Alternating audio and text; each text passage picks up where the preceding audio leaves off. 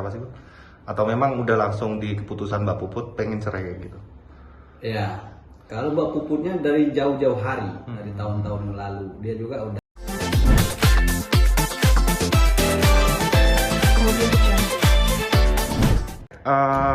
Bang, sebelumnya bisa diperkenalkan nama siapa aja? Ya, terima kasih teman rekan-rekan media. Di sebelah saya ada Bang Yusrizal dan di sebelah Medi Asri. Saya sendiri Halim Perdana Kusuma. Oke. Kami tim kuasa hukum dari Mbak Puput ya. Mbak Puput, Ya, oke. gugatan. Oke, bicara terkait gugatan sendiri nih Mbak Puput sendiri, gimana sih Pak prosesnya? Apakah memang mendadak atau sebelumnya sudah sebagai kuasa hukum sudah ada apa ibarat obrolan gitu jauh-jauh hari gitu? Ya, ini dibilang mendadak sih enggak ya. Karena niat dari Mbak Puput sendiri udah jauh-jauh hari udah ada ya untuk mengajukan gugatan cerai. Cuman Mbak Puput kan masih mempertimbangkan kelangsungan rumah tangganya karena pertimbangan ada anak ya kan. Tapi kian hari ya nggak bisa dibendung lagi ya kan.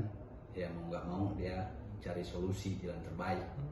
Makanya kemarin dia udah konsultasi sama kita dan kita udah sampaikan, kita kasih saran ya dengan harapan mereka bisa baik ya kan, rujuk. Tapi Mbak Puputnya sendiri udah bulat gitu untuk mengajukan gugatan.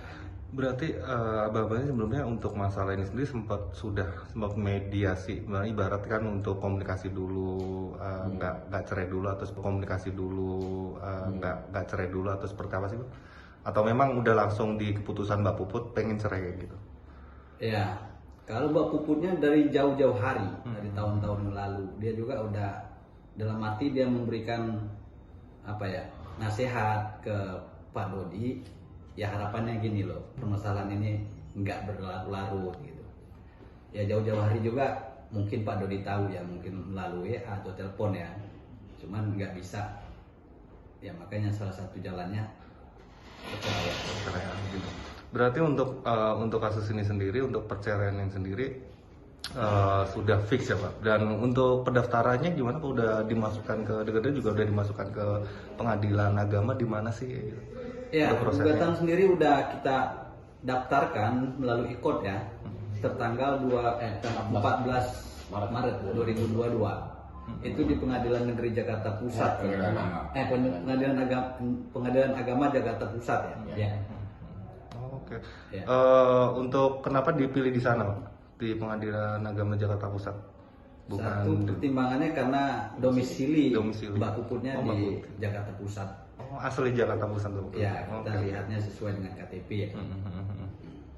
Dan untuk apa namanya, untuk sebagai kuasa hukum sendiri sudah diobrolkan apa aja sih Pak? Masih ibarat untuk selain apa ya, bicara perceraiannya sendiri, udah bicara untuk komunikasi selain hak-haknya kayak gitu? Ya, kaitan itu udah kita bicarakan semua ya, terkait akibat dari perceraian segala macamnya, termasuk pun harta gono gini ya. Nggak lupa juga hak asuh anak. Itu udah kita bicarakan semua dan Mbak Puput udah mengiyakan gitu. Makanya tertanggal 14 kemarin dia minta didaftarkan ke Pengadilan Agama. 14 kemarin ya Pak? Ya, 14 Maret. Oke. Untuk masalah penyebab perceraian sendiri Pak, mungkin dari Mbak Puput sendiri selain memang ketidakcocokan ada masalah apa lagi sih? Kalau masalah lain sih nggak ada yang terlalu krusial ya. Hanya ketidakcocokan yang terus menerus itu dari tahun ke tahun itu nggak ada perubahan. Artinya keputusan ini diambil juga demi kebaikan bersama, baik Pak Dodi sendiri maupun pihak Mbak Puput gitu, termasuk anak-anak juga. Berarti dari pihak Pak Dodi sendiri juga sudah mengetahui ya untuk tuntutan dari Bapak sendiri untuk mengajukan perceraian ini. Ya, saya rasa mungkin secara garis besarnya udah tahu ya. Tapi nanti dia akan disampaikan oleh pengadilan ya, gugatan itu akan dikirimkan oleh pengadilan ke Pak Dodi nanti relasnya. Kalau sekarang dia nggak tahu apa isi gugatan kita, udah tahu ya. Tapi nanti dia akan disampaikan oleh pengadilan ya, gugatan itu akan dikirimkan oleh pengadilan ke Pak Dodi nanti relasnya. Kalau sekarang dia nggak tahu apa isi gugatan kita, cuman secara garis besarnya tentu dia udah tahu, apalagi ada kuasa hukum juga kan. Untuk keluarga sendiri, Pak, untuk anak-anak sendiri juga ibarat untuk perceraian sendiri tanggapannya seperti apa sih? Udah ngobrol sama Mbak Puput sendiri, udah cerita atau seperti apa untuk anak-anaknya gitu? Kalau untuk anak kita belum, itu anaknya belum ada komunikasi. Baru Mbak Puput sendiri ya kalau Iya. Mas ini ya. Iya. Bicara apa ya, masalah-masalah ini Mas, mereka untuk perceraian ini sendiri kan ibarat kan mendadak lah kalau untuk kita ya, kalau orang awam Iya. gitu ya. Tapi kalau masalah ini sendiri sudah berlarut-larut dari Mbak Puput sendiri semenjak infonya sih dengan itu semenjak pas Vanessa juga masih hidup itu udah ada keinginan, apa benar sih Pak? Iya, itu memang dari kurang lebih 2018 ya. Sebelum almarhum Vanessa ini meninggal, udah terjadi itu perselisihan. Bahkan sebelum itu juga mereka udah sempat pisah rumah ya. Antara Mbak Puput sama si Pak Dodi. Tapi Mbak Puput kan balik lagi, mungkin ada hal-hal yang dipertimbangkan ya kan. Makanya dia rujuk lagi, baliklah serumah lagi lah. Oke. Dan mungkin untuk sidangnya sendiri Pak akan digelar kapan sih? Untuk kan baru didaftarkan untuk info untuk sidangnya sendiri kapan sih? Kalau untuk sidang mungkin Kita belum menerima rilasnya. Iya. Mungkin minggu-minggu depan lah jadwalnya itu ya. untuk jadwalnya mungkin minggu depan. Minggu depan. Karena baru pemberitahuan terkait nomor perkara atau registernya.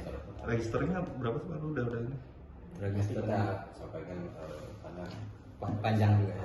Oh. Nah, udah terregister pokoknya, dan saya udah lihat juga apa ada klarifikasi dari Humas Pengadilan Agama, udah klarifikasi bahwa benar itu gugatan udah dilayangkan oleh Mbak Puput.